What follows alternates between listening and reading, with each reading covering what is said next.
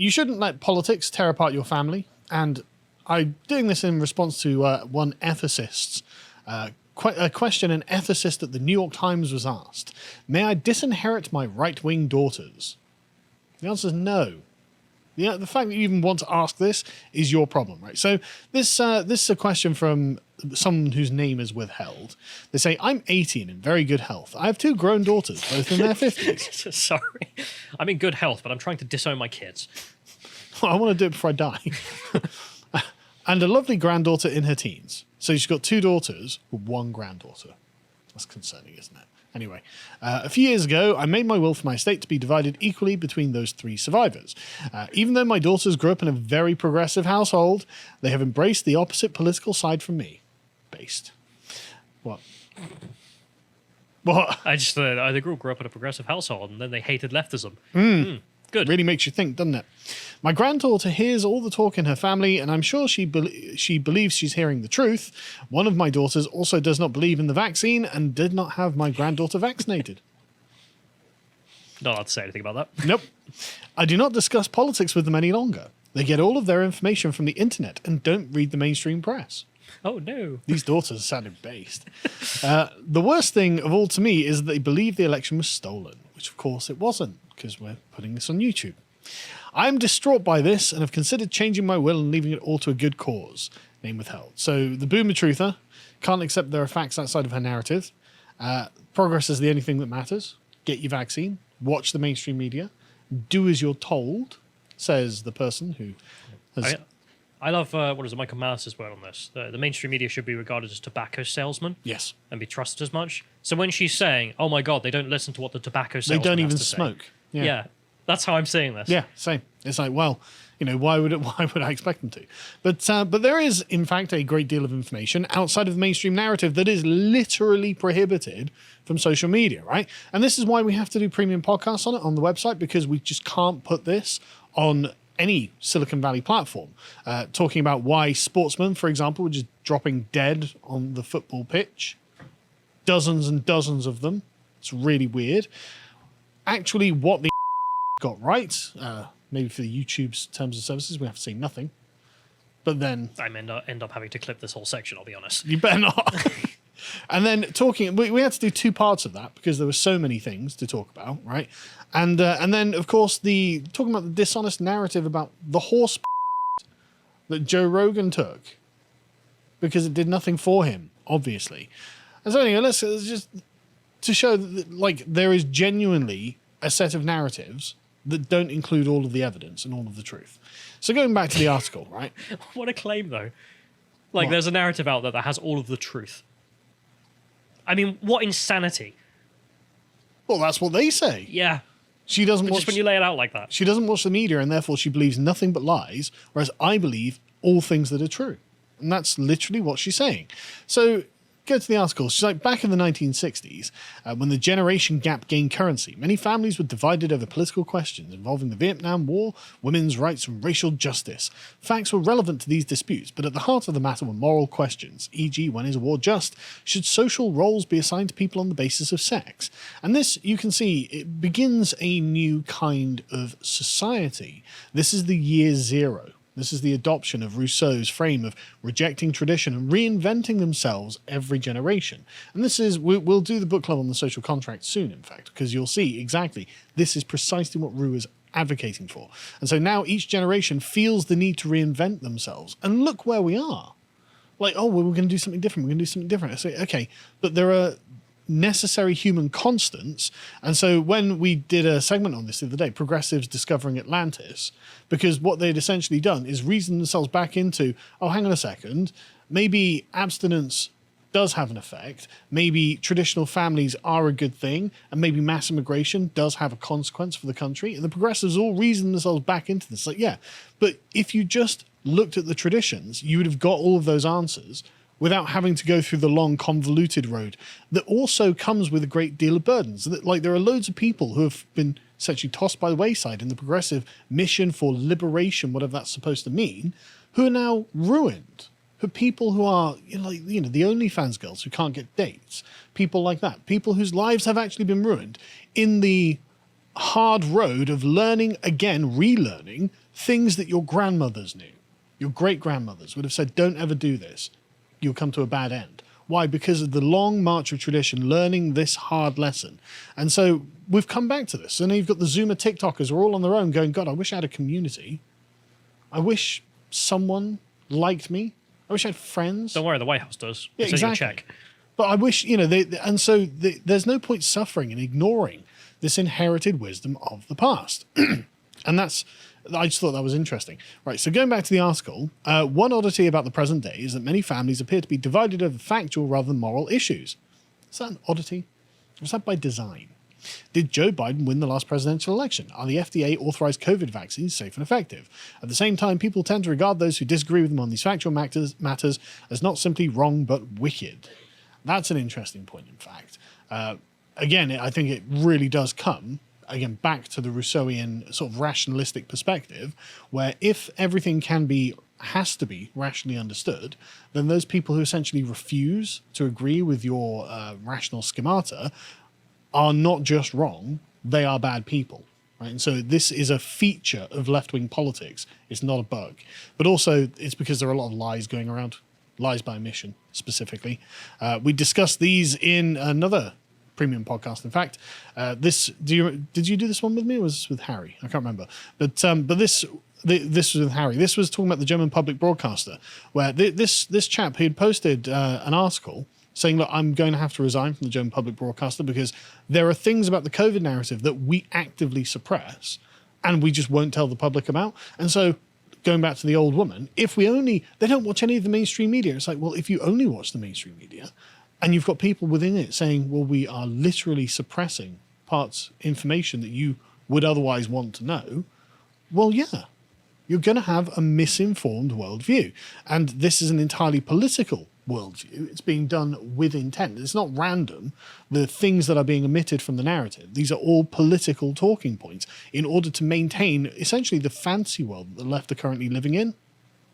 But anyway, going back to the article, the natural explanation is that these beliefs are badges of identity, the regalia of our tribes or teams, and come together with other beliefs and values. Proponents of the big steel and benefits of ivermectin in treating COVID are inclined to think their opponents are enemies of freedom who, among other things, want to flood the country with burdensome immigrants. So, no questions about the election. Ivermectin doesn't work treating COVID, and the Democrats are not pro-open borders because these are right-wing talking points. It's not that, there might be some thing to video it. evidence? Yeah. Of people talking at their party conference about such matters? Active legislation to make it easier to, allow illegals to vote in elections and things like this. The law has changed in Wales and Scotland. And in America, in California. Migrants can vote in Wales and Scotland for the elected assembly. But I'm pretty sure legal immigrants can vote in California now as well. Oh, fantastic. I fact check me on that, but I'm sure I saw something go around. But the point is, they're doing nothing to secure the border. They're not interested in this. And the Republicans are like, well, why are you concerned about Ukraine's borders and not ours? Valid question. But, why is the military not on the Mexican border? But notice how it's only one tribe that literally won't accept true things. What are the Republicans saying isn't true when the Democrats are saying it is true? Like, what are the Republicans denying? Can you think of anything? Not off the top of my head. Right? Isn't that weird? And so I sat there and had to think about it. It's like, no, it really seems the Republicans are just advancing things that the Democrats and the right advancing things that the left just is consistently denying.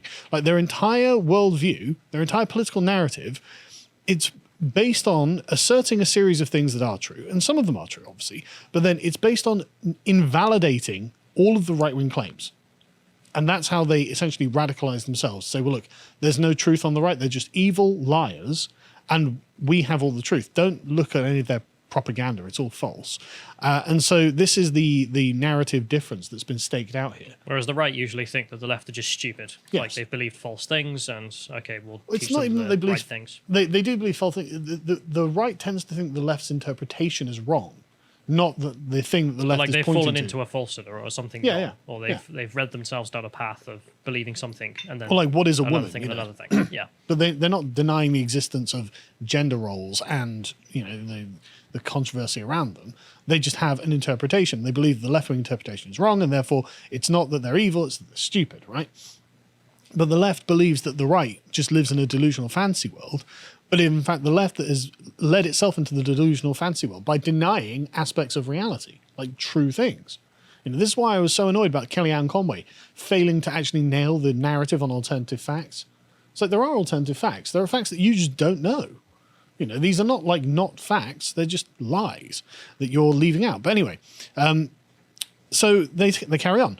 We can acknowledge that we're all prone to tribalism and we all have false beliefs without lazily supposing that different positions are epistemically and morally equivalent. I'm on your side, and when it comes to the particulars you mention, so is the evidence. But there's also evidence in the other way, but they don't see any of it. But basically, this is just her pledging her allegiance to the tribe. And she says, but there's more to the story. The whole media apparatus aims to persuade people like your daughters to adopt mistaken views. The whole media apparatus is right-wing propaganda against vaccines, in favor of ivermectin, and against conspiracy theories about the election. I mean, how misled do you have to be to believe that? I mean, oh, the irony. But maybe it has to do with where they live or what church they go to. A 2013 study that sifted through British and US voting data, going back to the 1960s, concluded paradoxically that people who were especially politically engaged were more likely to have adult children who switched to the opposing camp. The study conjectures that by facilitating political discussions at home, they make the offspring more attentive to the political messages of their times. And that may well be true. And it could be that also maybe there's a lack of explicit coherence. Because the thing is, the only reason you need to promote political propaganda to your own children is if you felt that it wasn't really true, right? I never sit down and talk to my kids about pronouns or anything like that. I just talk to them about family things. And when they bring up politics, I basically try and change the subject. I don't want my kids being politicized, and it's kind of gross. And also, it's probably going to make them be like, yeah, screw you, mum and dad. I'm going to become a conservative. I'm not going to take drugs and be a whore on the streets. I'm not moving to California. I don't want my kids being like, yeah, screw you, dad. I'm going to become a leftist. So anyway, what's clear is that your errant offspring have acquired the views that accompany certain identities or group allegiances, and that by trusting unreliable sources, they have been led into error. Error from the perfect left-wing narrative. That makes them wrong-headed. It doesn't make them wicked. Now, this is the part on which I agree, right? So even if you are the big brain progressive, you've watched all the CNN documentaries, you've constantly... No, just all the CNN. All the CNN. You're constantly plugged into Rachel Maddow, where she's telling you nothing but the unvarnished, accurate truth. Because Rachel Maddow's never been monumentally wrong about anything. Russia. Right? And many other things. But anyway, even if that's the case, they're not evil, they're just misguided. They've finally arrived at the Republican side of politics. What's more, our close relationships have many facets. A woman I know in your situation does what you should do. She avoids talking politics with her far-right progeny. That's what my sister does with me. That's why I brought this up, because my sister's the same. She doesn't ever want to talk to me about politics because she's a Jeremy Corbyn supporter. And... well, that's going to go well, isn't it? Yeah. Especially as I'm right. But this is finally a good piece of advice, right? Because human bonds transcend political politics, right? Human bonds are pre-political. You have them from the very first moment of your birth with your family, and then you make them with your friends.